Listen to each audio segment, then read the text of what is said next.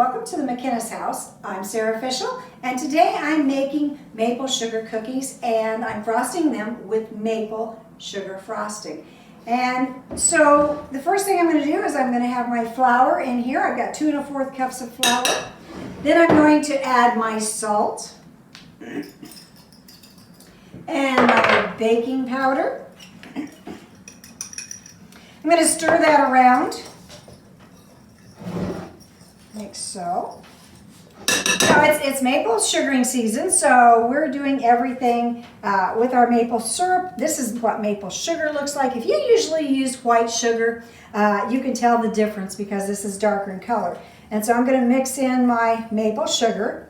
And to get maple sugar, we have to take the maple syrup that has been boiled down from the sap and boil it farther down till we get sugar. Now that that's all mixed in, I'm going to add my lard in there, and I'm going to work that in.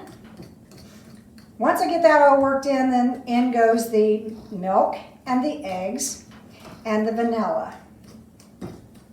This is a really, really good sugar cookie. You can roll it out and cut it with your maple cutters. Good. So we're going to add our eggs in here and our milk and our vanilla. And we're going to stir that up really well. Once it's all stirred up, it'll be ready to put out on the table in flour, and we'll roll it, we'll cut it, and we'll bake it. And then once it comes out of the oven, it will be frosted with the maple frosting. The kids really love this cookie because of the maple syrup taste in it. So it's a good cookie to have. And hopefully you'll get a chance to try your maple cookies. I usually make 2 or 3 batches of maple cookies because having 10 children, it takes a lot. And sometimes if I want to be a little on the humorous side, I'll make the cookies little until they can only have 2 or 3. And the men folk, they prefer the bigger cookie, but sometimes you just can limit how many they have by doing that. So now I'm going to add a little flour to my table here. And I'm going to pour this out on the table and finish working it together on the table.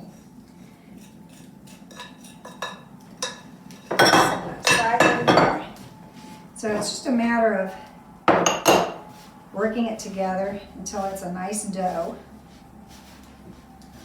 And sometimes this is just a little easier than using the fork. And if it seems a little too dry, you can always add a little bit more milk to it. But you don't want to do that till you've worked it a little bit. There we go. You can smell the maple in it. Really smells good. So I'm just going to pat it out till it's about 1/4 of an inch thick. And you can use a rolling pin if you like. I just tend to like to use my hands on everything. And there we go. And we'll just make a nice little cookie here. And we'll fill our cookie sheet and make that just a little thinner. There we go. Once we have our cookie tray filled, we'll put them in the oven. It takes about 12 minutes to bake them. And you want to ice them when they're still warm. That way the icing will set up and become firm and shiny and really decorative. There we go. And one more. And we're ready to pop them in the oven. Don't they look good? They smell really good too.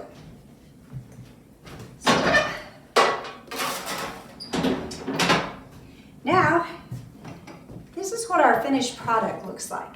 So you can see the maple shape of the cookie and the frosting, and they're all ready to sample. So I don't know, do you suppose that Robert will be back in here soon, and maybe he'll want to sample a cookie. I thought I kind of heard him rattling around. Hi, Robert, you're back. Yep, I'm back. Got all your pancakes finished? Yep. Would you like to try a cookie? I would love to try a cookie. Ah. How are they? They're really good.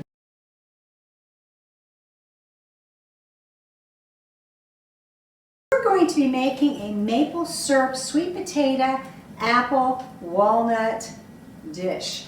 And this is a very, very good dish to have during maple syruping time. It's really sweet. And first of all, I'm peeling my apples. And once I have my apples peeled, then I am going to core them. And we'll put the skillet on here in a little bit. This dish can either be fried on the stove or it can be baked in the oven. And I have done both, and both methods are very good. So it just depends on what you like to do and how quick you want to cook. It's going to cook quicker on the stove in a skillet than it is in the oven. So my apple is now cored. And I took the liberty of going ahead and peeling and dicing the sweet potatoes just because it takes me quite a while just to get the potatoes peeled and prepped.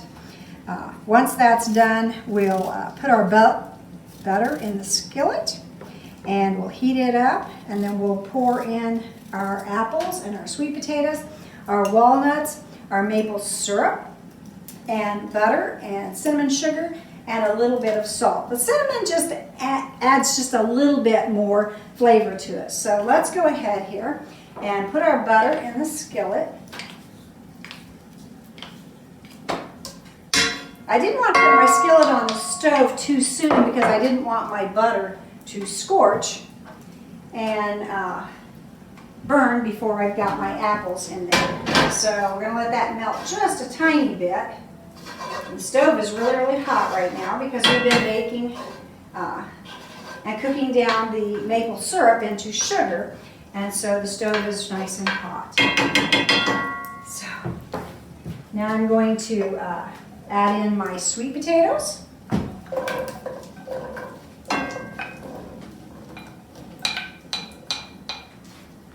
And then my apples.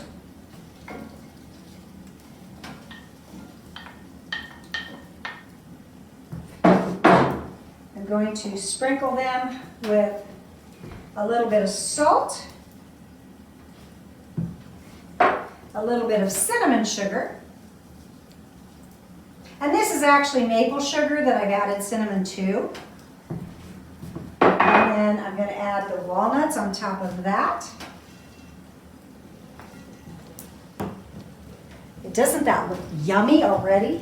And it's not even cooked. Now comes the best part, the maple syrup.